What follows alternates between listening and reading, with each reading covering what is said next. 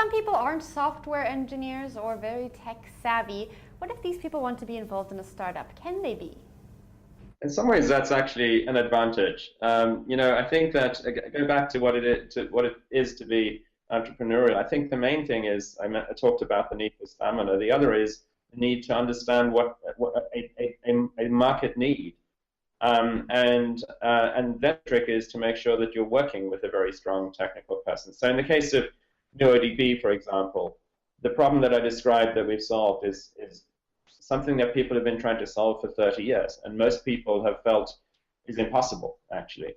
My co-founder, Jim Starkey, who's really the technical guy, he's spent 35 years building database systems. He's as good as you're gonna get for this kind of stuff, and he's really the guy that came up with this breakthrough kind of an idea.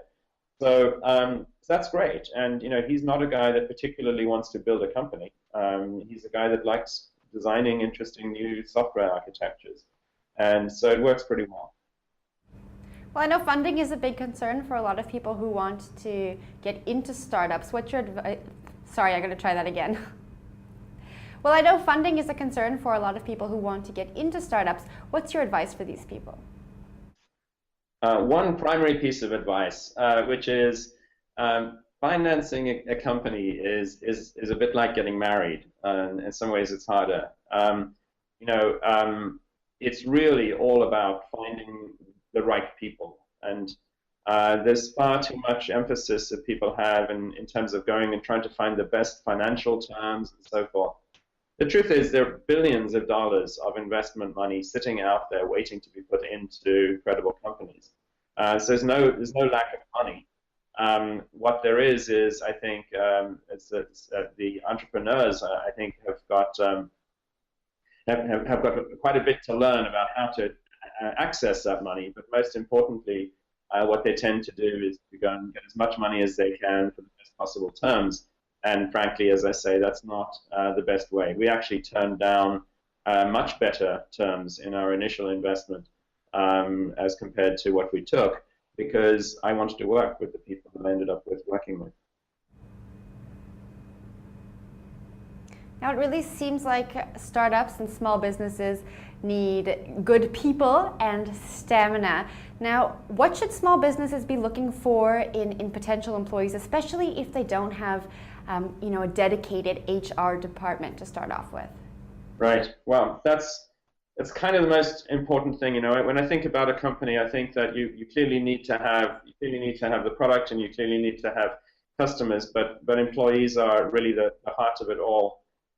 After a while, you learn to identify a good startup employee within seconds of meeting them, and the reason is there's a characteristic which is universal, and it's all about, you're not looking for people that are trying to find excuses. You're looking for people that are trying to find solutions, and those kinds of people that are kind of creatively looking for solutions and will find a way to get to a solution.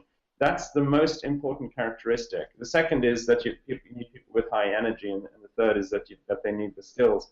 But people invert that. They tend to go along and try and look for someone that's got skills and qualifications and so forth.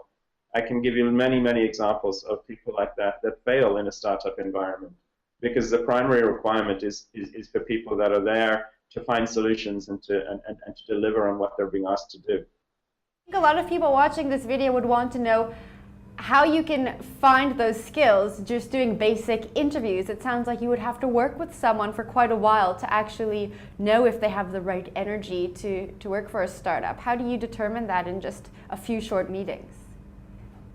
We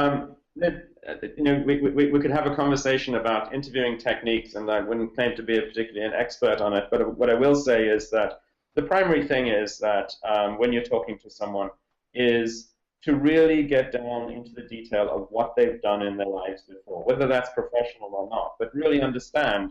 Ask them if they say they did something, if they say they climbed a mountain, ask them how they climbed that mountain and what they did when they got tired and so forth.